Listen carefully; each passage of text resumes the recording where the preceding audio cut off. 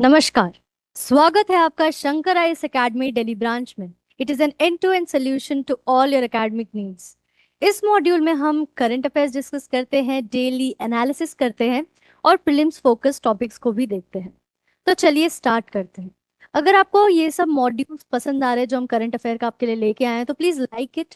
आप अपने दोस्तों के साथ इसको शेयर करें, इस पे कमेंट करें ताकि हम आपके लिए ये मॉड्यूल को और बेहतर बना सकें। एक और आवश्यक सूचना जो मेरे को आपको देनी थी कि प्री स्टॉर्मिंग की प्रीलिम्स टेस्ट सीरीज चालू होने वाले हैं अक्टूबर से। ठीक है। इसमें सबसे खास बात यह है कि आपको सबसे पहली बात तो आपका जो एग्जाम ओरिएंटेड पूरा फॉर्मेट रहता है एग्जाम का, साथ साथ में इस टेस्ट सीरीज में आपको एक्सपर्ट एडवाइस के साथ साथ आप अपने पूरे जितना भी आपका परफॉर्मेंस है उसको आप अच्छे तरीके से रेट कर सकते हो, देख सकते हो कि आपने कितने हद तक कंसिस्टेंट वे में पढ़ाई की है। तो फाइनली चलिए स्टार्ट करते हैं। ठीक है। ये ऐसे कुछ टॉपिक्स हैं जो आज हम लोग डिस्कस करने वाले हैं। सबसे पहला टॉपिक ये है कि एनसीडीसी एक अमेंडमेंट बिल आया है। अब इस चीज को लेकर के कोऑपरेटिव सोसाइटीज में बहुत सारी चर्चाएं हो रही हैं। तो ये क्या है, इस पे हम लोग थोड़ा नजर डालेंगे। दूसरा अगर देखें तो सरफेस सी टेम्परेचर जो है, यानी ओशन का जो तापमान है वो बहुत ही ज्यादा रेट पे बढ़ते हुए दिख रहा है। यूजुअली हमें ज्यादा ज्यादा मार्च और अप्रैल में ये राइज इन टेम्परेचर देखने को मिलता है, लेकिन सडनली अगर ये अभी अक्टूबर के मंथ में अगर ऐसा कुछ हो रहा है तो लेट्स सी वो भी क्या है। तीसरा पॉइंट, अगर तीसरा टॉपिक देखें तो मेडिकल डिवाइस रूल्स को लेकर के कुछ ऐसे अमेंडमेंट्स आए हैं। अब इस पे भी हम लोग थोड़ी सी चर्चाएं करेंगे। चौथा जो टॉपिक है वो स्टेटहुड के ऊपर है। गोरखालैंड को लेकर के जितने भी कॉन्फ्लिक्ट हो रहे हैं, यूनियन मिनिस्टर्स ने मिलकर के, कैबिनेट मिनिस्टर्स ने मिलकर के इस चीज पे चर्चा करके इसका एक परमानेंट सोल्यूशन निकालने का दावा किया है। और हर मॉड्यूल के लास्ट में हम लोग जैसे प्रीलिम फोकस टॉपिक्स पे बात करते हैं तो वो भी हम करने वाले हैं। पहले टॉपिक की अगर बात की जाए तो हम लोग सबसे पहले एनसीडीसी अमेंडमेंट एक्ट के ऊपर हम लोग चर्चा करने वाले हैं। ठीक है। इसका अगर कॉन्टेक्स्ट देखें, कॉन्टेक्स्ट से पहले मैं आपको बता दूं जो पूरा टॉपिक है ये कोऑपरेटिव सोसाइटीज के ऊपर है। कोऑपरेटिव सोसाइटीज में आप लोग ने पॉलिटी में पढ़ा होगा कि किस तरीके से एक इंडिविजुअल, बहुत सारे ऐसे इंडिविजुअल्स हैं जिनका सेम एस्पिरेशन होता है, दे कम टुगेदर ताकि वो इकोनॉमिकली, कल्चरली यू नो एक साथ आकर के अपने उद्धार के लिए काम कर सकें। तो कोऑपरेटिव सोसाइटीज का आपके मन में, दिमाग में आ रहा होगा ये बात कि इसका जैसा भी जो भी न्यूज़ है, सबसे पहले तो न्यूज़ क्या है, दूसरी बात ये कि इसमें क्या क्या ऐसे कॉन्स्टिट्यूशनल बेसिस हैं, क्योंकि ये बहुत ही ज्यादा इंपॉर्टेंट है और एग्जाम में ये सब चीज पूछा भी जाता है कि कॉन्स्टिट्यूशन बेसिस क्या है। तो इस बात पे मैं चर्चा करूंगी, बट पहले इसका कॉन्टेक्स्ट देख लेते हैं कि ये जो अमेंडमेंट बिल है, यूनियन पावर को एक्सपैंड करने की बात हो रही है कोऑपरेटिव के बीच में। और साथ ही साथ रूरल और अर्बन का जो भी पहले तो ये सिर्फ रूरल बेस था, जिसमें जितने भी रूरल इकोनॉमिक एक्टिविटीज थे वो सबको बूस्ट करने की बात हो रही थी। लेकिन वही अगर आप बात करें तो इसका जो अमेंडमेंट का अभी जो किया गया है उसमें प्रोविजंस में इस चीज को एक्सटेंड करके अर्बन को भी कर दिया गया है। तो आप लोग सोच रहे होंगे कि इसकी ये तो बहुत बढ़िया है, ये तो बहुत फायदेमंद है, बट इसके ऐसे कुछ पॉइंट्स हैं जो बहुत ही ज्यादा प्रॉब्लमेटिक हो सकते हैं। ठीक है। तो ये पूरा कॉन्टेक्स्ट ही यही है कि जिसमें एक तो रिसोर्स, एंड इस चीज को अगर हम लोग यूनियन पावर में अगर करना चाह रहे हैं तो ये तो फेडरलिज्म के लिए भी बहुत ये प्रॉब्लमेटिक होगा, राइट? आप सोच रहे होगे ये सब चीजें। तो पढ़ते हैं इसके बारे में। ठीक है, आगे बढ़ो। एनसीडीसी जो पहले क्या क्या इसके की फैक्ट्स हैं, सबसे पहले it is a national cooperative development cooperation. इस कोऑपरेशन के तहत इट इज आल्सो 1963 में ये पूरा बॉडी बना। किस बेसिस पे बना, है ना? अब आप लोग सोच रहे होंगे ये स्टैट्यूटरी बॉडी है, कॉन्स्टिट्यूशनल बॉडी है, नॉन कॉन्स्टिट्यूशनल बॉडी है, क्या है ये सब? तो वो सब सब हम देखेंगे। तो सबसे पहले हम ये जानते हैं इस पूरे पॉइंट से कि एनसीडीसी एक्ट के तहत इस कोऑपरेशन को बनाया गया, यानी कि ये एक स्टैट्यूटरी है ना? ये तो बहुत ही ज्यादा इंपॉर्टेंट पॉइंट हो गया, राइट? क्योंकि हमें बहुत बार कंफ्यूजन हो जाती है कि स्टैट्यूटरी है कि नहीं, ये किस चीज का बॉडी, किस तरीके का बॉडी है कि नहीं। तो this is a statutory body और इसको बैक करने के लिए एक स्टैट्यूटरी एक्ट भी प्रॉपर तरीके से दिया गया है, एनसीडीसी एक्ट। ठीक है। मिनिस्ट्री अगर करे तो मिनिस्ट्री ऑफ कोऑपरेशन के तहत आता है ये। मिनिस्ट्री ऑफ कोऑपरेशन, आप सोच रहे होंगे कि और कोई मिनिस्ट्री है जो इससे रिलेटेड है कि नहीं। मिनिस्ट्री ऑफ कोऑपरेशन एक मिनिस्ट्री है ठीक है। एंड दिस मिनिस्ट्री, आप बहुत बार कंफ्यूज हो सकते हो कि क्या वो मिनिस्ट्री ऑफ एग्रीकल्चर था, क्या वो मिनिस्ट्री ऑफ रूरल डेवलपमेंट था। ये सब आ सकता है ना, क्योंकि रूरल के जो इकोनॉमिक एस्पेक्ट्स है उसमें ज्यादा कनेक्शन होता है कोऑपरेटिव सोसाइटीज का, तो आप ऐसा सोच सकते हो। बट प्लीज रिमेंबर कि ये मिनिस्ट्री ऑफ कोऑपरेशन के अंडर आता है, कोई और मिनिस्ट्री के अंडर नहीं आता। मैंडेट की अगर हम लोग बात करें, तो मेन जो मैंडेट है, यानी कि मेन उनकी जो क्राइटेरियाज हैं, सबसे पहले they want to plan, promote and finance करना चाहते हैं ऐसे प्रोग्राम्स को फॉर कोऑपरेटिव सोसाइटीज। यानी कि एनसीडीसी का मेजर काम ही यही है कि वो सबसे पहले प्लान करे, प्रमोट करे और फाइनेंसेस प्रोवाइड करे, पीपीएफ। आप इस चीज को याद रखें, क्योंकि ये हो सकता है ना कि this could be a question, है ना। तो एनसीडीसी का मेन मैंडेट अगर बात करें तो is PPF, planning, promotion and financing. ठीक है। सेक्टर की बात करें तो मेजर सेक्टर्स जो है वो एग्रीकल्चर और इंडस्ट्री हैं। You can see this, rural industries and service. यानी कि रूरल के जितने भी इकोनॉमिक एक्टिविटीज हैं, मेजर मेजर, वो जितने भी मेजर इकोनॉमिक एक्टिविटीज हैं सब इसके अंडर आते हैं, सारे सेक्टर्स इसके अंडर आते हैं। ठीक है। वही गवर्नेंस में हम जान गए, इट्स अ स्टैट्यूटरी बॉडी। वही अगर हम लोग कॉन्स्टिट्यूशनल बेसिस अगर देखें, तो स्टेट लिस्ट में, एंड इस चीज पे भी हम डिस्कस करेंगे, ये वाला पॉइंट हम लोग और डिटेल में डिस्कस करेंगे कि जब अमेंडमेंट हो गया तो अब कौन कौन से ऐसे क्लैशेस हैं जो हो सकते हैं between union list and state list. क्योंकि फेडरलिज्म में हमेशा we can see this, there is a tussle between centre and state.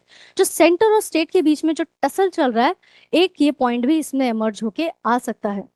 और वही अगर रीसेंट चेंजेस की बात करें, तो अभी रिसेंटली जो अमेंडमेंट हुआ, इसके प्रोविजंस अब हम लोग डिस्कस करने वाले हैं।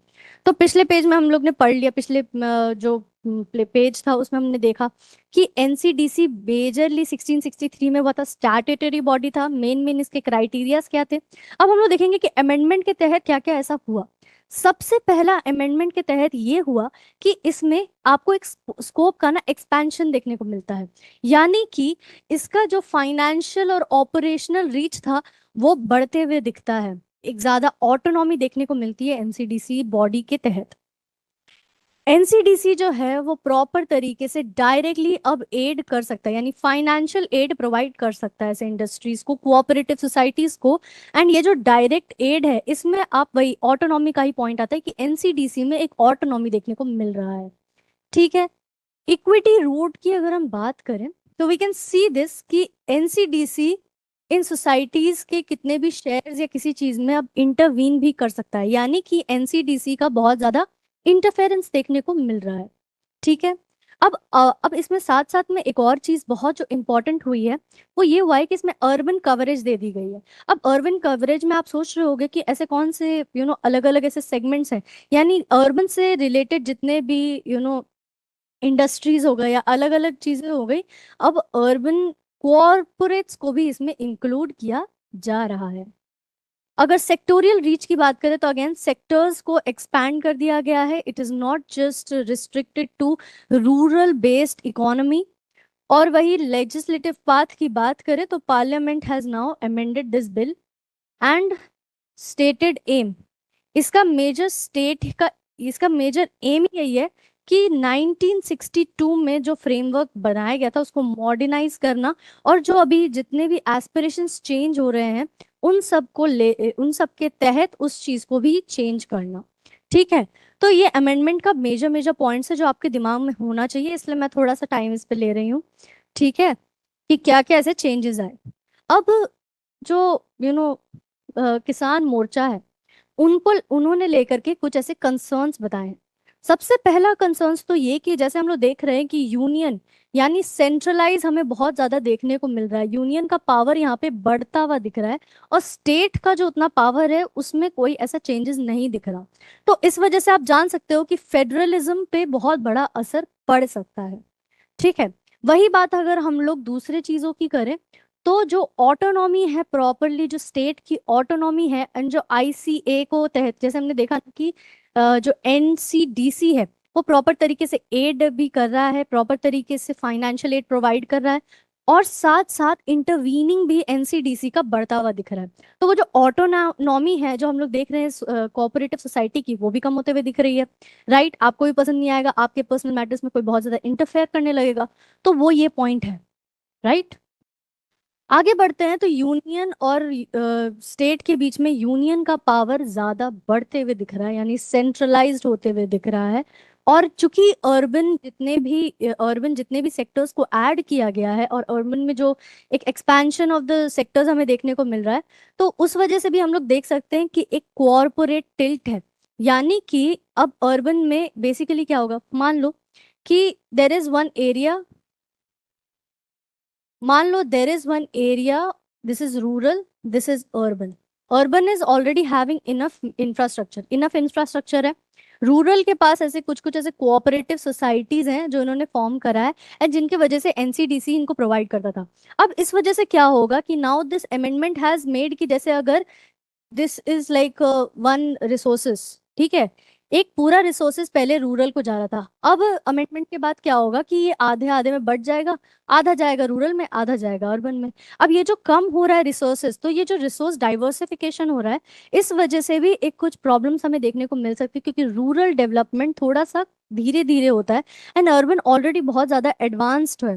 राइट, तो हमें ये सब चीज देखने को मिल सकती है कि जो ऐसे इंडस्ट्रीज हैं जो बहुत हाईली इस पूरे फाइनेंशियल एड पे डिपेंड करते हैं, रिसोर्सेज पे डेवलपमेंट डिपेंड करते हैं, उनको जो अभी, क्योंकि रिसोर्सेज तो ज्यादा है नहीं, उस चीज को किस तरीके से अच्छे तरीके से प्रॉपर तरीके से एलोकेट किया जाए, उस बात पे पूरे ये मुद्दा हो सकती है। तो एक ये भी क्रिटिसिज्म ऊपर आया है कि अर्बन को प्रायोरिटाइज करना बहुत ज्यादा हो सकता है इस पूरे पॉइंट पे। और एक कोर्ट का 2021 में एक ऑर्डर आया था जो हम लोग आगे पढ़ेंगे, इस चीज को लेकर के भी ये बताया जा रहा है।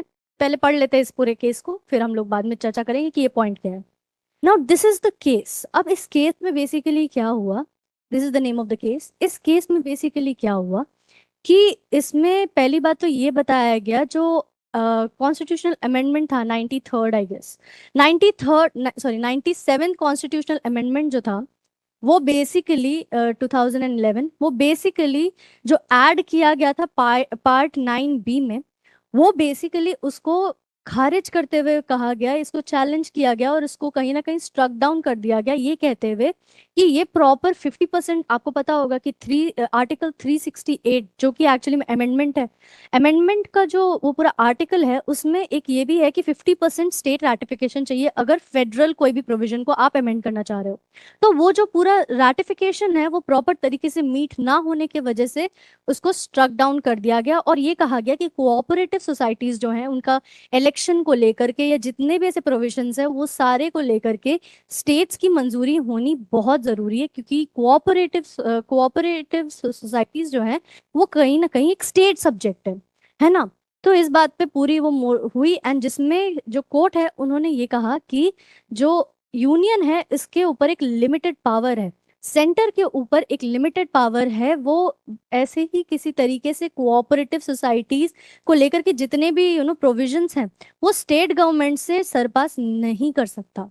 तो यूनियन गवर्नमेंट में एक हम लोग को रिस्ट्रिक्शन देखने को मिल गया, एंड जिस वजह से जो मल्टी स्टेट कोऑपरेटिव सोसाइटीज है इसको अभी तक इंटैक्ट रखा गया। अब आप लोग सोच रहे होगे कि ये मल्टी स्टेट कोऑपरेटिव सोसाइटीज ये क्यों, इसको इंटैक्ट क्यों रखा गया, ये भी तो मैंने कोऑपरेटिव सोसाइटी का हिस्सा नहीं है। मल्टी स्टेट कोऑपरेटिव सोसाइटीज जो है ये यूनियन लिस्ट में आता है, प्लीज रिमेंबर दिस। ये आ सकता है आपके एग्जाम में और आप कंफ्यूज हो सकते हो, तो इसलिए मल्टी स्टेट कोऑपरेटिव सोसाइटीज जो हैं वो बेसिकली यूनियन लिस्ट में आता है, ठीक है।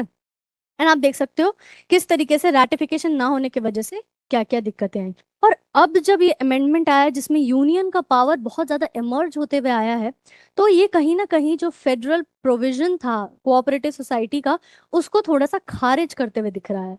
तो यही पूरा पॉइंट था मोर्चा का, किसान मोर्चा का यही पॉइंट था कि ये जो अमेंडमेंट है ये कहीं ना कहीं इस जो ये जो पूरा आया था, इसका जो जजमेंट आया था, इसको कहीं ना कहीं खारिज करते हुए इस अमेंडमेंट को बनाया गया है, ताकि इस जजमेंट को टैकल किया जा सके। अब यू कैन सी दिस, मैंने कहा था कि एंट्री 44 यानी multi state cooperative societies is a union subject. Comes under union list. And वही अगर हम लोग स्टेट लिस्ट की बात करें तो इसमें इनकॉर्पोरेशन, रेगुलेशन, वाइंडिंग अप और कोऑपरेटिव सोसाइटी से जो भी ऐसी छोटी छोटी बातें हैं वो रिलेटेड हैं। इसीलिए कॉन्स्टिट्यूशनल अमेंडमेंट 97 को खारिज कर दिया गया था सुप्रीम कोर्ट के द्वारा, क्योंकि उसमें यही सब प्रोविजंस दिए हुए थे और इसमें रैटिफिकेशन भी नहीं लिया गया स्टेट का, जबकि वो एक स्टेट सब्जेक्ट है। अब इसमें कॉन्स्टिट्यूशनल चार्ज सेम वही है कि सबसे पहले कोऑपरेशन प्रॉपर तरीके से होना चाहिए, स्टेट सब्जेक्ट है। इसमें यूनियन ने मतलब डायरेक्ट इंटरवीन करने की कोशिश की है स्टेट के जूरिसडिक्शन में, तो वो भी बोला गया है। आईसीए यानी इंटरनेशनल कोऑपरेटिव अलायंस, जो कि इंटरनेशनली बेस्ड है, तो इस अलायंस प्रिंसिपल के तहत भी थे टॉप टू डाउन जो यूनियन के रोल थे, वो चीज को कहीं ना कहीं खारिज करते हुए देखा गया है। और आप देख सकते हो कि किस तरीके से यूनियन और सेंटर के बीच, यूनियन और स्टेट के बीच में एक टसल देखने को मिल सकता है, क्योंकि यूनियन इसको ओवर पावर करने की कोशिश कर रहा है। वही अगर हम लोग दूसरे प्रॉब्लम की ओर बढ़े, क्योंकि दो मेजर प्रॉब्लम है इस टॉपिक में। कोऑपरेटिव सोसाइटी में पहला मेजर प्रॉब्लम यही है कि सबसे पहला कि फेडरलिज्म इम्बैलेंसमेंट दिख रहा है। दूसरा हमें ये देखने को मिलता है कि रूरल और अर्बन के बीच में क्या क्या दिक्कतें हैं। रूरल में इसमें बेसिकली इस पूरे स्लाइड में यही बताया गया है कि जो भी एक्सपेंशन है पूरे सेक्टर्स को लेकर के, पहले क्या था अब क्या है। इसमें आप देख सकते हो कि पहले इंडस्ट्रीज था, इसमें अब रूरल ओनली रूल रिमूव कर दिया गया और इसमें कोऑपरेशन कैन ऑपरेट एनीवेयर का पॉइंट डाला गया, जहाँ पे अर्बन भी इंक्लूड होता है। सेक्टर एक्सपैंड हो रहा है, रिसोर्सेज डाइवर्सिफिकेशन हो रही है, एंड एम्प्लॉयमेंट को लेकर के आप देख सकते हो क्या क्या ऐसी बातें हैं जो हो रही हैं। तो ये चीज़ हमने पहले भी डिस्कस कर लिया है। वे फॉरवर्ड जाने से पहले मैं आपको बता देना चाहती हूँ कि कॉन्स्टिट्यूशनल प्रोविजंस कोऑपरेटिव सोसाइटीज को लेके क्या क्या है। सबसे पहले cooperative society is connected to fundamental right, जो कि आर्टिकल 19 के तहत 1C में आता है, फॉर्मिंग ट्रेड एसोसिएशन और कोऑपरेटिव सोसाइटी, तो एक इसमें आता है। दूसरा प्रोविजन अगर आप कॉन्स्टिट्यूशन में देखें तो आता है फंडामेंटल राइट के फंडामेंट सॉरी डीपीएसपी के तहत, जिसमें आर्टिकल 43B कोऑपरेटिव सोसाइटीज के बारे में बोलता है। ठीक है, अब हम लोग देखते हैं कि जो 9B था, इसमें क्या क्या ऐड हुआ। एक तो आर्टिकल 243ZH और आर्टिकल 243ZT, ये दो भी ऐसे आर्टिकल्स हैं जो कोऑपरेटिव सोसाइटीज को प्रॉपर तरीके से एक्सप्लेन करते हैं। उसमें इलेक्शन हो गया, मेंबर को इलेक्ट करने की बात हो गई, तो वो सब सारे प्रोविजंस इस आर्टिकल्स में दिए हुए हैं। इस चीज को अगर आप बहुत बेहतर तरीके से पढ़िएगा तो ये आपके एग्जामिनेशन में आएगा और आप इसको बहुत आसानी से टैकल कर सकते हो। तो वे फॉरवर्ड की अगर बात करें तो सबसे पहले फेडरलिज्म कोऑपरेशन होना चाहिए, सेंट्रल स्टेट बैठ करके एक बीच का एक मीडियम निकालना चाहिए ताकि दोनों के बीच में कॉन्फ्लिक्ट्स ना हो। दूसरा अगर देखें तो स्टेट स्टेट बाय इन, यानी कि स्टेट के जितने भी रैटिफिकेशन है, जो भी ओवरलैपिंग सब्जेक्ट्स है, उसमें स्टेट की रैटिफिकेशन लेनी बहुत जरूरी है और फेडरलिज्म को इंश्योर करना बहुत जरूरी है। ऑटोनॉमी भी जान डालना बहुत जरूरी है, क्योंकि कोऑपरेटिव सोसाइटीज में एनसीडीसी का इंटरवीनिंग देखने को भी मिल रहा है, जिसके वजह से बहुत सारे प्रॉब्लम्स हो सकते हैं। वही अगर हम लोग जूरिस्डिक्शन को लेकर के, ये जो जुडिशियल जो जजमेंट आया था 2021 में, इस चीज को सरपास करने के लिए जो अमेंडमेंट लाया गया है अभी, जो बहुत लोगों का क्रिटिसिज्म है, इस चीज को भी अच्छे तरीके से मॉनिटर करके अच्छे तरीके से यू नो इसको एनालाइज करना चाहिए कि बेसिकली क्या क्या ऐसे प्रॉब्लम्स हो सकते हैं जिनको हम लोग अवॉइड करें। रूरल प्रायोरिटी इंश्योर करना बहुत ज़्यादा ज़रूरी है, क्योंकि अर्बन एरियाज में क्या होता है ना कि आपको बहुत सारे ऐसे एडवांटेजेस मिलते हैं जो रूरल में नहीं मिलते हैं। बेसिक फैसिलिटीज हो गई, है ना, बेसिक इंफ्रास्ट्रक्चर हो गया, ये बहुत ही ज़्यादा लैक करता है रूरल में। एंड कोऑपरेटिव सोसाइटीज को अगर बूस्ट कर रहे हैं तो उस वजह से रूरल का जो इकोनॉमी है वो भी बूस्ट होते हुए दिखता है। तो इसीलिए हम लोग को रूरल जो प्रायोरिटी, इसको कम नहीं करना चाहिए। अर्बन को इंक्लूड किया, it's good, but resource diversification में रूरल के इकोनॉमी पे ज्यादा असर नहीं पड़नी चाहिए। ट्रांसपेरेंसी इंश्योर होना चाहिए, प्रॉपर तरीके से सारी बातें बतानी चाहिए, और जो डिस्प्यूट होने होने के चांसेस हैं, उन सबको एड्रेस करना बहुत ज्यादा जरूरी है और उसको कम से कम करना बहुत ही ज्यादा जरूरी है। Now there is a question, इस पे आप देख सकते हो, under NCT act 1962 and function under the ministry of cooperation. मैंने ये दोनों ही पॉइंट बहुत ज्यादा आपको हाईलाइट करते हुए इसीलिए बोला था क्योंकि ये प्रीलिम्स ऐसा क्वेश्चंस पूछती है। तो पहला तो सही है। दूसरा देखें, cooperative societies under union list of 7 schedule of the constitution. नहीं। अब आप लोग याद करिएगा कि कौन सा मैंने ऐसा टर्म यूज किया था जो कि यूनियन लिस्ट में था, क्योंकि कोऑपरेटिव सोसाइटीज तो नहीं है। क्या था वो word? Multi state cooperative societies, वो यूनियन लिस्ट में है, लेकिन ये यूनियन लिस्ट में नहीं है। Right to form cooperative was given in, this is the answer is one only. आगे बढ़ते हैं, देखते हैं कि अब हम लोग किस बारे में बात कर रहे हैं। हम बात कर रहे हैं कि सी सरफेस टेम्परेचर बढ़ता हुआ दिख रहा है। अब सी सरफेस टेम्परेचर क्यों बढ़ रहा है क्या? सी सरफेस टेम्परेचर हमें पता है कि ओशन का जो ओवरऑल टेम्परेचर होता है उसको सी सरफेस टेम्परेचर कहते हैं। ठीक है, बड़े सिंपल वर्ड्स में मैंने एक बात बोल दी। और ओशन वार्मिंग भी एक बहुत ही ज्यादा हो रहा है। आप यहाँ पे मैप देख सकते हो, इसका बता देंगे हम लोग अनलार्ज करके। सबसे पहले why is it in news? हमें ओशन वार्मिंग बहुत ही ज्यादा लेवल पे देखने को मिल रहा है। ठीक है, जिसमें 21.104 डिग्री सेल्सियस बढ़ गया है, जो कि पहले 24 में अगर नोट किया गया था तो 21.09 डिग्री सेल्सियस ही था। तो हम लोग देख सकते हैं कि कितना ज्यादा लेवल पे ये बढ़ते चला जा रहा है। इसका रीजन क्या है, ये इतना बढ़ क्यों रहा है, तो ये भी हम बात करेंगे। लेकिन इस पे हम लोग ज्यादा ज्यादा चर्चा ये कर लें कि सबसे ज्यादा हीटिंग अगर देखा जाए तो वो 60 डिग्री नॉर्थ और 60 डिग्री साउथ में देखने को मिल रहा है। यानी कि पोलर रीजन्स में अगर हम बात करें तो हमें ये हीटअप देखने को ज्यादा लेवल पे दिख जाता है। ठीक है, इसका पूरा जो डाटा निकाला गया is by this, C3S and ERA5 database. तो ये this is the whole point, ये न्यूज में है। अब देखो, this is the whole situation की क्या हो रहा है। ठीक है, ये अगर आप रेडनेस देखो तो आप ये कह सकते हो कि this could be the reason of El Nino. Right, El Nino आपने पढ़ा होगा क्योंकि न्यूज में बहुत दिनों से है ये। ठीक है, एल नीनो क्या है क्या नहीं है, अगर आपको डिटेल में चाहिए तो आप हमें बता दीजिएगा कमेंट सेक्शन में। बट अभी फिलहाल के लिए ये जो हीट अप देखने को मिल रहा है एक्सटेंशन, ये बेसिकली एल नीनो के वजह से है। ओके, एंड बाकी अगर हीट अप अगर आप ज्यादा नंबर पे देखो तो इस रीजन्स पे है और इस रीजन्स पे है। इधर नॉर्दर्न हेमिस्फेयर में आपको ज्यादा इसीलिए दिखेगा क्योंकि यहाँ पे लैंड्स बहुत ज्यादा हैं जो कि इस एरिया को ज्यादा हीट अप करने के लिए रीजनेबल हैं। अब हम लोग मेन देखेंगे कि इसका सिग्निफिकेंस क्या है। सबसे पहले यूजुअली जब भी ज्यादा हीटअप की बात होती थी, मैंने इस पूरे मॉड्यूल को स्टार्ट करने से पहले भी बोला था कि जब भी हीटअप करने की बात होती है तो ये बेसिकली मार्च और अप्रैल में ही देखा जाता है। लेकिन अभी अगस्त में ये राइज इन टेम्परेचर बहुत ही ज्यादा कंसर्निंग है। ठीक है, और ये बहुत ही ज्यादा अनयूजुअल भी है। This is the word actually used, unusual ocean warming, क्योंकि इट इज अनयूजुअल। ठीक है, it is not like a basic pattern. और वही अगर हम लोग देखें तो इस वजह से 0.67 डिग्रीज की बढ़ोतरी हमें एवरेज के कंपेयर में देखने को मिल जाती है ना। बेसिकली इसका मेजर कॉज क्या है? सबसे पहला दिमाग में आपको यही आएगा कि ये क्यों हो रहा है ना। पहला कॉज अगर देखें तो ह्यूमंस का है। ठीक है, humans what they are doing, they are actually जो कार्बन एमिशंस हो रहे इतने ज्यादा, जो ग्रीन हाउसेस गैसेस इतने ज्यादा एमिट हो रहे हैं और बहुत ही ज्यादा ट्रैप हो जा रहे हैं। ठीक है, ये जो ट्रैपिंग की वजह से आप देख सकते हो कि 90% of the excess heat gradually increase SST, यानी सी सरफेस टेम्परेचर। तो सबसे पहले तो ह्यूमन हो गया।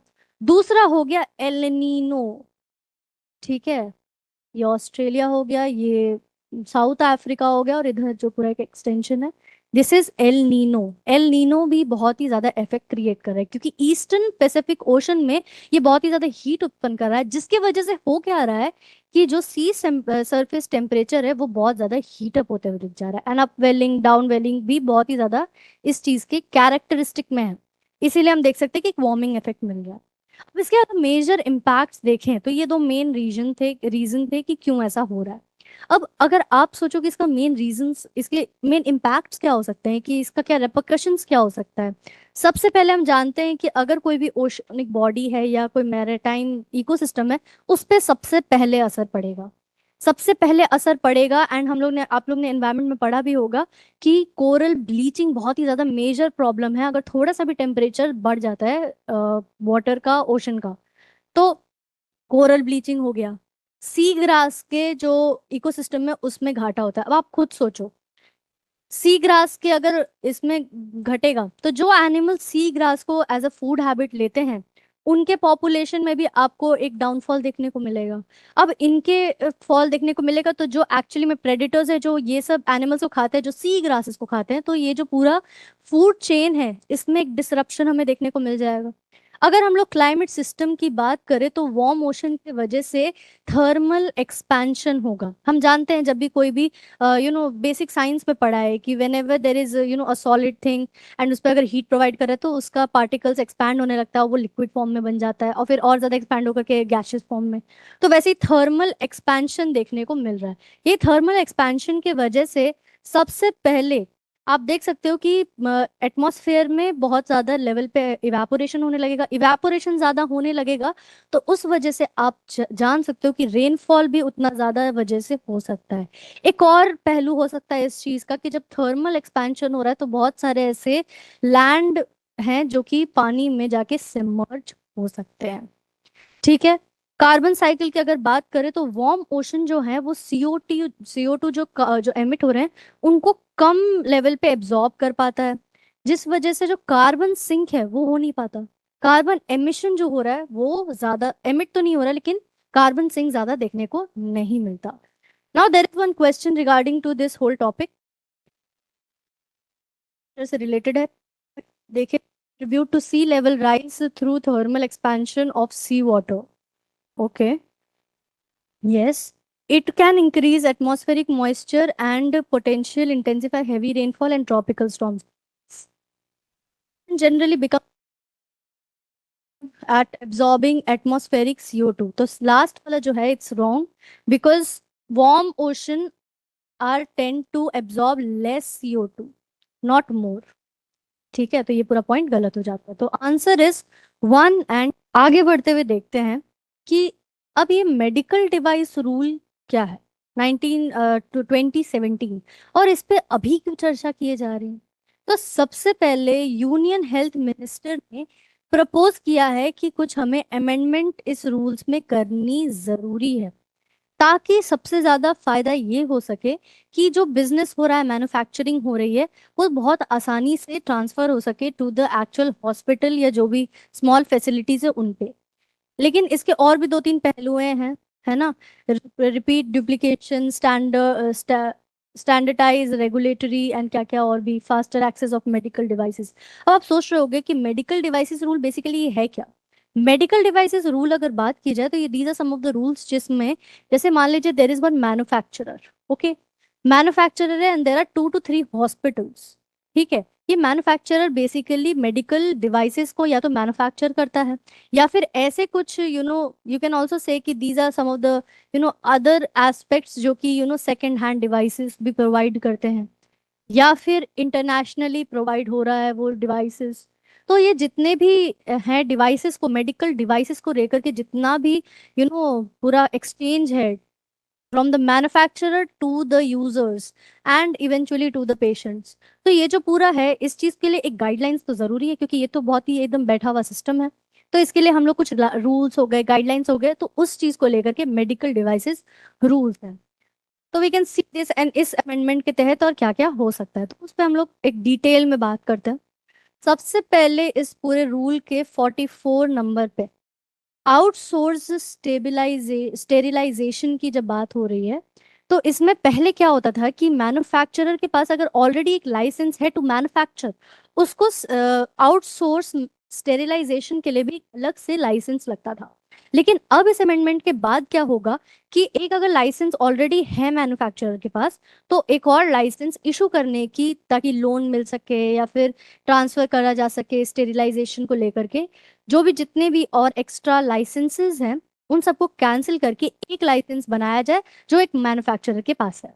तो इस वजह से क्या होगा, आप देख सकते हो कि सबसे पहले तो एक कंसाइसनेस देखने को मिल गया कि सारा पेपर एक जगह है, डॉक्यूमेंटेशन आसान हो गई, है ना। तो पेपर वर्क कम हो गया।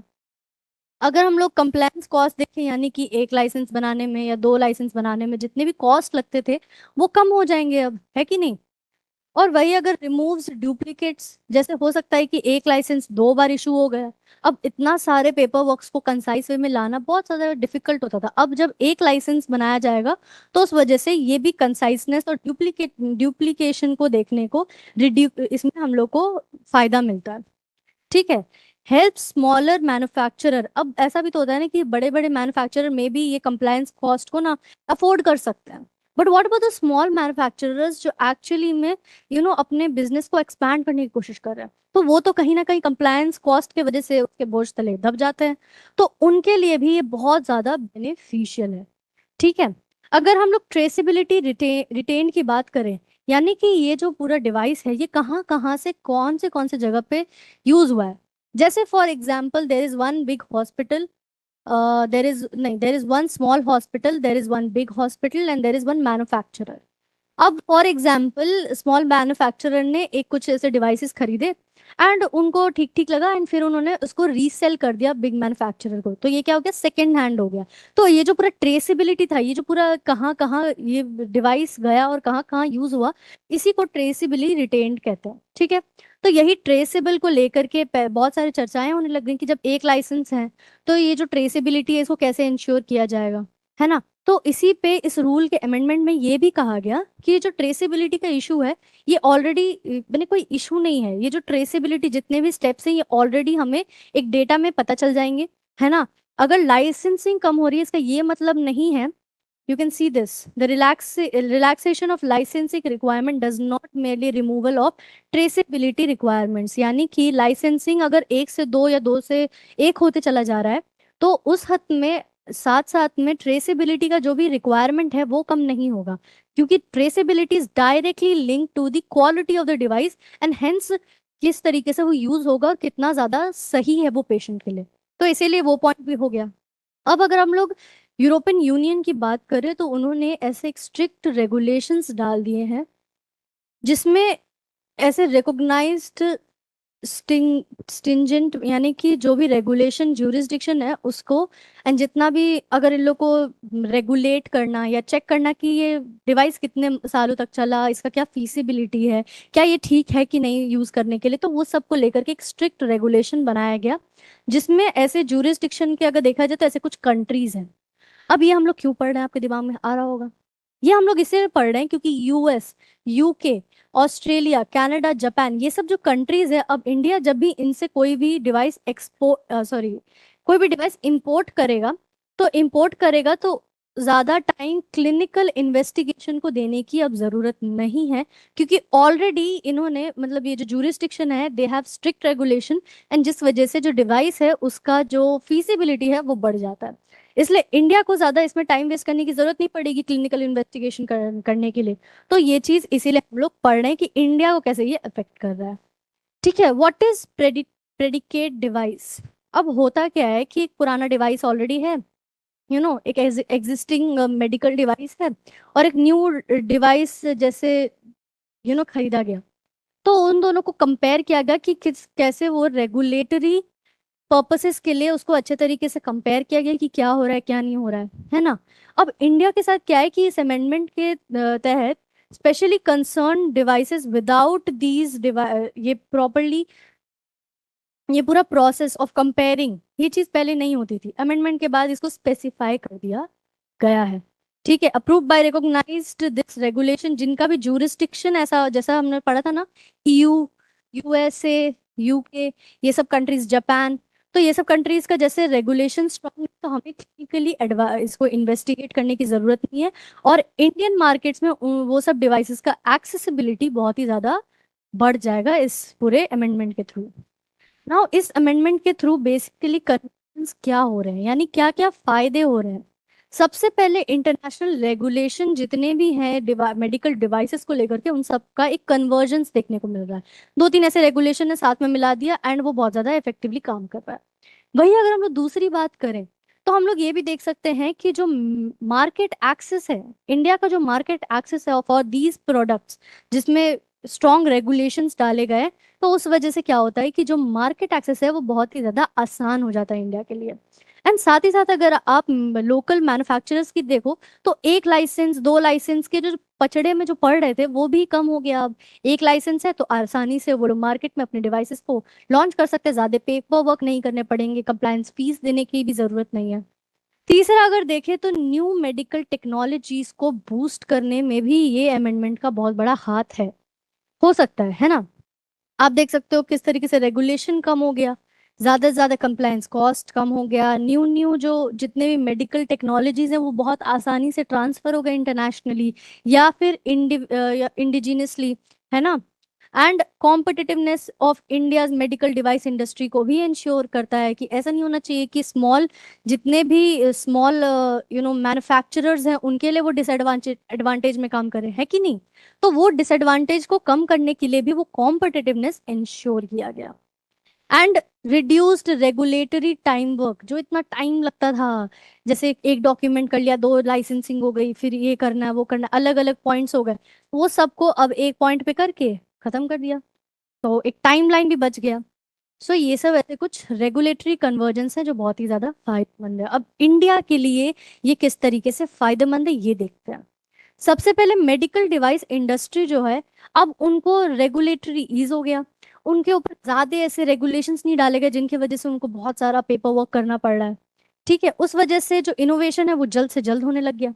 अब वो इनोवेशन जल्द से जल्द होने लग गया तो अवेलेबिलिटी इन मार्केट जल्द से जल्द हो सकता है, इन्वेस्टमेंट्स बढ़ सकते हैं। एंड उस वजह से जो पेशेंट का राइट टू एक्सेस है ऑफ ऑफ सर्टेन डिवाइसेस, वो भी प्रॉपर तरीके से इंश्योर किया गया। वही अगर दूसरी बात देखें तो फिर it suppose India objective of developing strong domestic medical devices, यानी कि अगर रेगुलेशन ईज हो जाएंगे तो जो मैन्युफैक्चर है उसमें बूस्ट मिल सकता है, तो वो चीज भी हमें इस पॉइंट में देखने को मिल सकता है। Now there is one question, इसको आप जरा पढ़ें। रूल्स के ऊपर हैं तो manufacturing outsourcing sterilisation to a licensing facility will no longer require a separate loan license for a sterilization activity.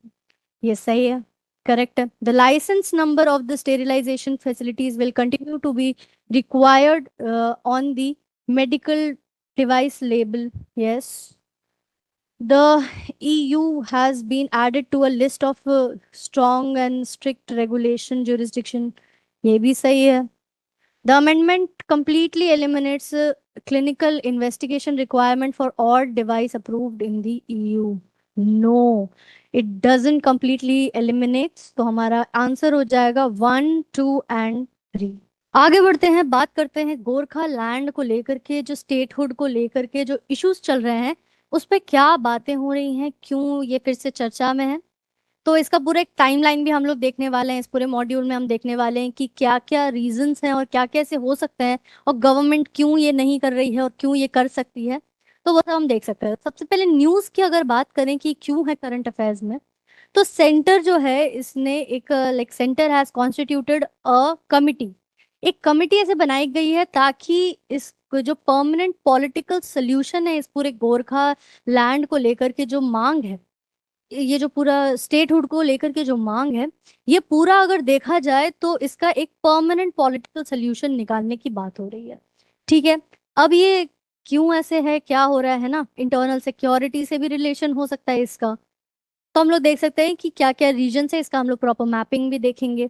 ठीक है, and committee was chaired by Pankaj Kumar Singh, जो कि पहले एक डिप्यूटी नेशनल सिक्योरिटी एडवाइजर भी थे, और इस पूरे मुद्दे को लेकर के, इस बातचीत को लेकर एक मीडिएटर का भी काम कर रहे थे पंकज कुमार सिंह सिंस अक्टूबर 2025, यानी 2025 अक्टूबर से ये बातें चल रही थी, मीडिएटर की तरह काम हो रहा था। अब एक कमेटी फॉर्म की गई है जिसमें Pankaj Kumar Singh is the chairman.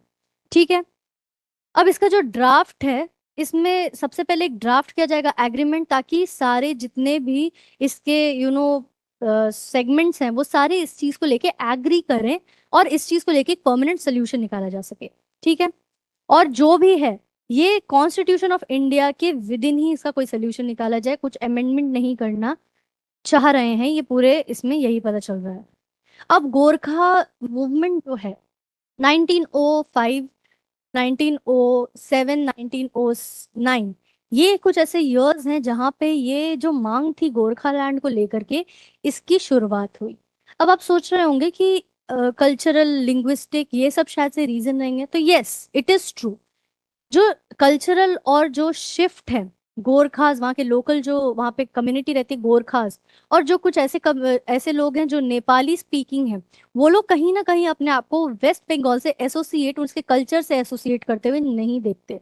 इसीलिए दार्जिलिंग जैसे रीजन और कालिम्पोंग जैसे रीजन्स हैं जो कि इस चीज को ज्यादा ज्यादा मांग कर रहे हैं। ठीक है। अब यहाँ हमें देख सकते हैं कि एक डिमांड है कि नेपाली स्पीकिंग गोरखा कम्युनिटी को वेस्ट बंगाल से अलग कर दिया जाए। ठीक है। और जो जो रीजन्स हैं, जो प्रपोज्ड रीजन्स हैं, हम देख सकते हैं कौन कौन से वो रीजन्स हैं। ओरिजिन एक सेपरेट एडमिनिस्ट्रेशन की मांग करना चालू हुआ 1907 से 1909 तक। ठीक है। और अभी जो मॉडर्न मूवमेंट है, इसका भी पूरा हम लोग अभी टाइमलाइन देखने वाले हैं। ठीक है। This is the map actually, ये पूरा वेस्ट बंगाल का है, ये बिहार है, दिस इज बिहार, ये पूरा वेस्ट बंगाल का पार्ट है। यहाँ ऊपर में जाकर के सिक्किम हो जाएगा, ये पूरा वेस्ट बंगाल का पार्ट है। एंड ये पूरा लैंड जो है, ये एक्चुअली हो रहा है इज द जहाँ पे मांग हो रही है गोरखा लैंड स्टेटहुड की। ठीक है। तो you can see the map and आप जान सकते हो कि कितना ज्यादा ये इनको लगता है कि they are not a part of West Bengal. ठीक है। You can see this. अब इवोल्यूशन की बात करें तो this is like a story, हम लोग इसको एक स्टोरी की तरह पढ़ने वाला है। ठीक है। सबसे पहले 1907 में एक सेपरेट हिलमैन एसोसिएशन नाम का एक डिमांड किया कि हमें एक सेपरेट एडमिनिस्ट्रेशन चाहिए इस एरिया को लेकर के। ठीक है। अब दार्जिलिंग हिल्स को लेकर के एक सेपरेट यूनिट का ये जो मांग है, ये स्टार्ट होने लग गया, क्योंकि उन्हें समझ में आ रहा था कि कल्चरली और ट्रेडिशनली और लिंग्विस्टिकली भी ये थोड़े से डिफरेंट है, इसीलिए इन्हें एक डिफरेंट एक अलग कंट्री चाहिए। ठीक है। अब 1980s में क्या होता है कि सबसे बड़ा और एक मेजर एजिटेशन स्टार्ट होता है, जिसमें लीडर निकल के आते हैं सुभाष घी सिंह के। सुभाष घी सिंह जो हैं, वो बेसिकली गोरखा नेशनल लिबरेशन के मैंने ये मोर्चा था, और वो लीडर थे। और उन्होंने एक वॉयलेंट स्टेटहुड एजिटेशन मोर्चा निकाल दिया, ये कहते हुए कि हमें एक सेपरेट एडमिनिस्ट्रेशन चाहिए, हमें सेपरेट एडमिनिस्ट्रेशन चाहिए। ठीक है। जिसके वजह से DGHC का पूरा जो एक एक काउंसिल है, वो एज एन इमर्ज हुआ 1988 में। तो ये जो वॉयलेंट एजिटेशन था, इसके बाद क्या हुआ कि DGHC जो काउंसिल है उसको एस्टैब्लिश किया गया 1980 में, और इसमें थोड़ा सा लोकल एडमिनिस्ट्रेशन को इन्वॉल्व करते हुए कर दिया, ताकि जितने भी एजिटेशन हो रहे हैं वो थोड़ी देर के लिए शांत हो जाए। ठीक है। अब 2007 में इसका रिवाइवल होता है। कुछ समय तक सब चीज ठीक चल रहा था, जितने मांग थे जो हो रहे थे सब पता चल रहा था, जो समझ में आ रहा था। बट धीरे धीरे करके अब ये चीज रियलाइज हो रहा था कि we are different and we need a state. ठीक है। तो बिमल गुरुंग ने JMGJM को रिवाइव किया, उस डिमांड को रिवाइव किया, और गोरखा यानी GTA एडमिनिस्ट्रेशन को फिर से इस चीज को सेटअप किया गया, जहां पे थोड़ा सा कम इसमें अगर ऑटोनॉमी होगी तो इस बॉडी में, इस एडमिनिस्ट्रेटिव बॉडी में, ये भी लोकल काउंसिल टाइप का था, जिसमें थोड़ा सा ज्यादा ऑटोनॉमी होगा बट उतना नहीं। ठीक है। इससे ज्यादा अगर कंपेयर करो तो यहाँ पे आपको ज्यादा ऑटोनॉमी देखने को मिल जाती है, तो फिर एजिटेशन दब गया कि ठीक है कोई बात नहीं, कुछ मांग तो पूरी हो गई। 2017 में देखा तो मेजर फ्लैश पॉइंट देखने को मिला, जहां पे बेसिकली क्या हुआ कि स्कूल्स में जो बंगाली जो एक्चुअली में लैंग्वेज है, इसको कंपलसरी कर दिया गया, स्कूल्स में बंगाली को पढ़ाना कंपलसरी कर दिया गया, जिसमें एक्चुअली में क्या हुआ ना कि लोगों को लगा कि we don't belong to this language, why should we learn it, है ना। एंड उसमें इंटेंसिफाई होते हुए 104 दिन के लिए वो पूरा जो शहर था वो शट डाउन हो गया। एंड यू कैन सी कि किस तरीके से दे वांटेड कि कल्चरल और एक लिंग्विस्टिक आइडेंटिटी होनी बहुत जरूरी है।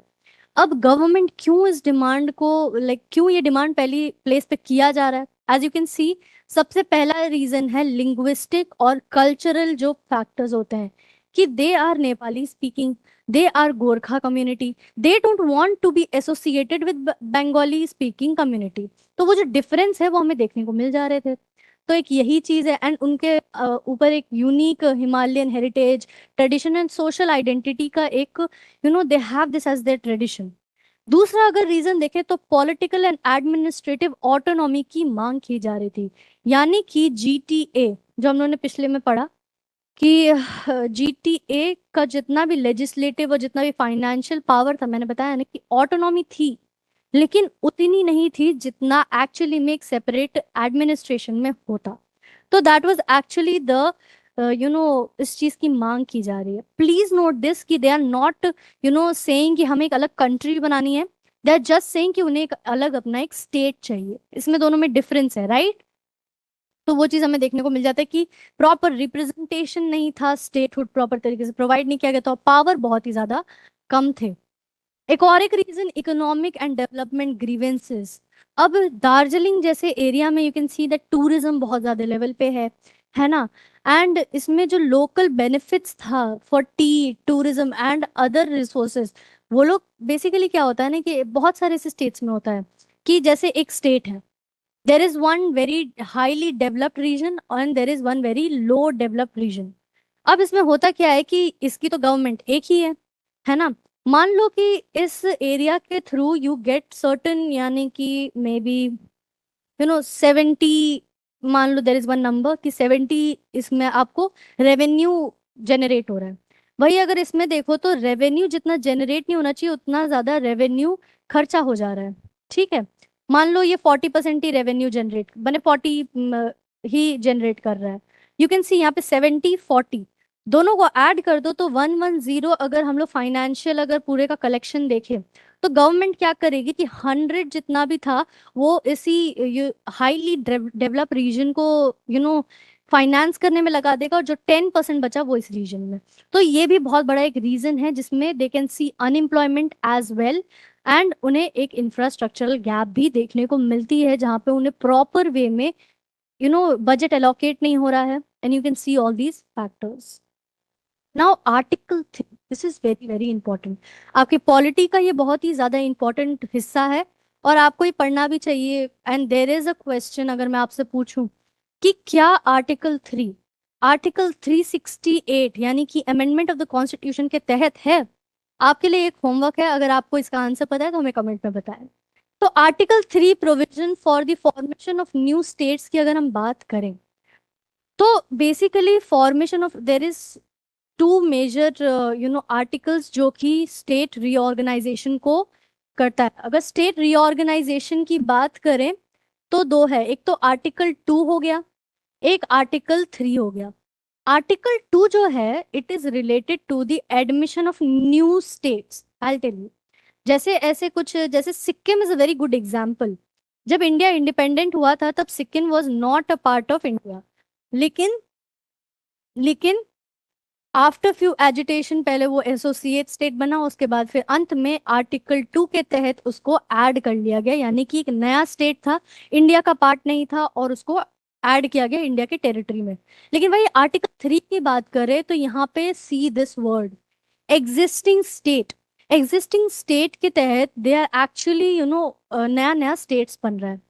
फॉर एग्जाम्पल पहले जैसे फॉर एग्जाम्पल हाँ जैसे this is Bihar for example before 2000, and फिर ये कट करके झारखंड और बिहार बन गया। ठीक है, अब ये जो झारखंड और बिहार के बीच में जो ये आपने देखा कि जो ऐसा पार्टीशन ही कह सकते हैं जो ये हुआ, तो इसी को हम लोग ये this will be happening under article 3 not in article 2। क्यों? क्योंकि बिहार ऑलरेडी एक एग्जिस्टिंग स्टेट था, उसको बंटवारा करके झारखंड बना दिया गया। Getting the point, this is an example.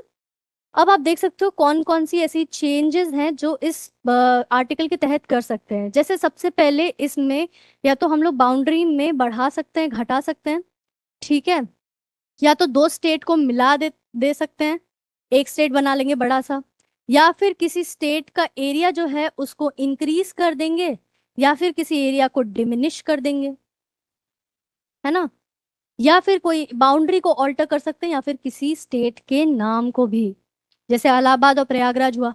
अभी रिसेंटली 2026 में, आई डोंट नो अगर आपको ये पता है कि नहीं, but this is a fact, 2026 में केरला का नाम चेंज करके केरलाम कर दिया गया है। ठीक है, तो आप इसके बारे में भी पढ़ें और हमें कमेंट में जरूर बताइएगा कि इसके और भी ऐसे कुछ फैक्ट्स हैं जो हम जान सके। ठीक है, तो ये पूरा आर्टिकल 3 के को लेकर के था। अब इसको करते कैसे, what is the procedure?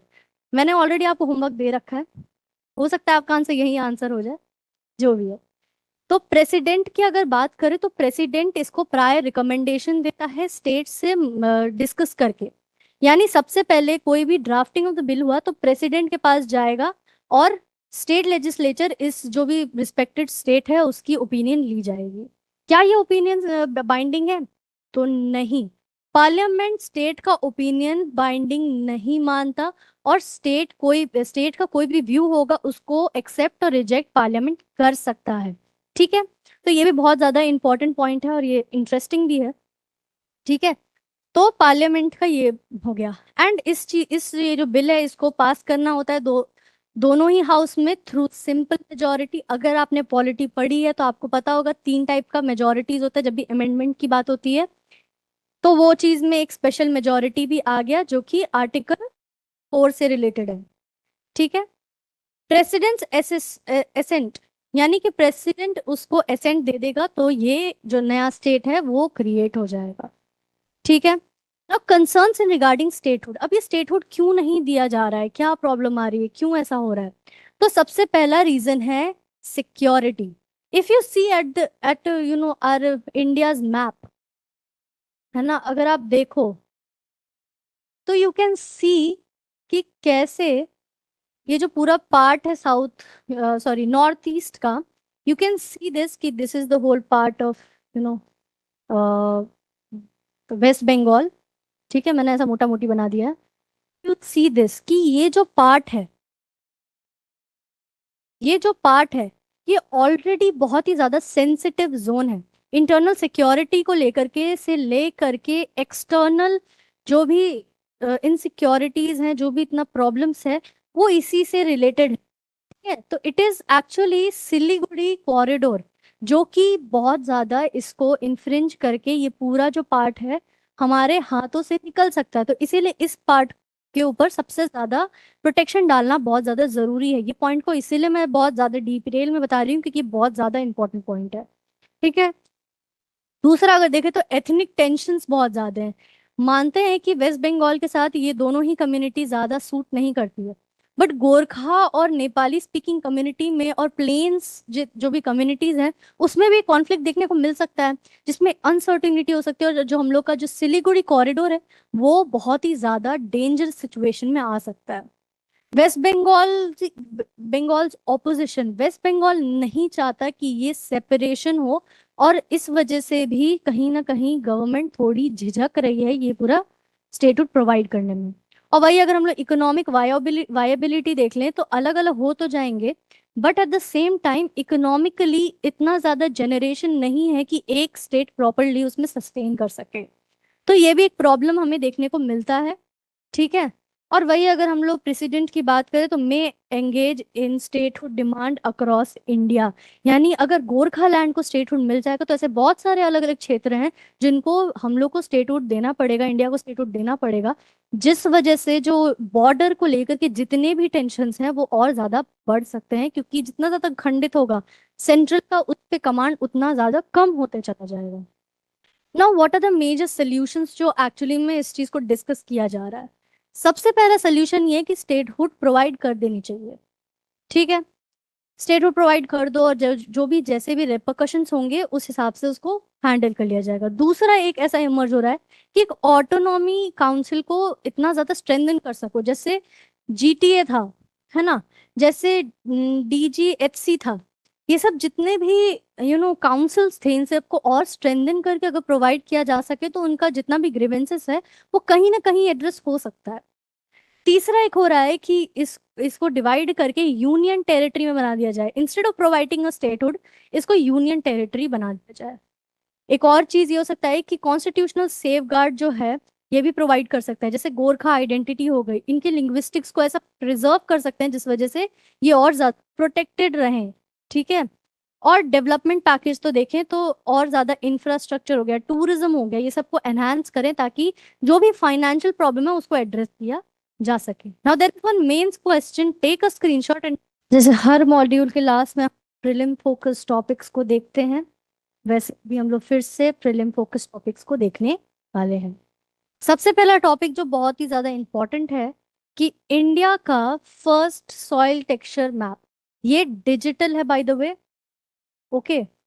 India का पहला डिजिटल सॉइल टेक्सचर मैप, जिसमें पता चल सकता है कि ऑल ओवर इंडिया में कैसे कैसे टेक्सचर्स हैं सॉइल के, क्या क्या है। Basically you can see the divisions, है ना, बहुत सारे ऐसे अलग अलग कलर कोडेड। तो ये जो पहला ऐसा डिजिटली सॉइल टेक्सचर्ड मैप है, ये सबसे मैंने इंडिया का भी इसको डिजिटली अपलोड किया गया है। Now you can see this कि इसको अपलोड किया गया है नेशनल ब्यूरो ऑफ साइंस सर्वे और लैंड यूज प्लानिंग डेवलपमेंट को लेके, जो कि एक्चुअली इंडिया का पहला टेक्सचर सॉइल मैप है। ठीक है। ऑर्गेनाइजेशंस जो इसमें इन्वॉल्व हैं, you can see the names. एक तो नेशनल ब्यूरो ऑफ सॉइल सर्वे एक हो गया, and land using planning Nagpur, जो कि एक्चुअली में ICAR के तहत है। ठीक है।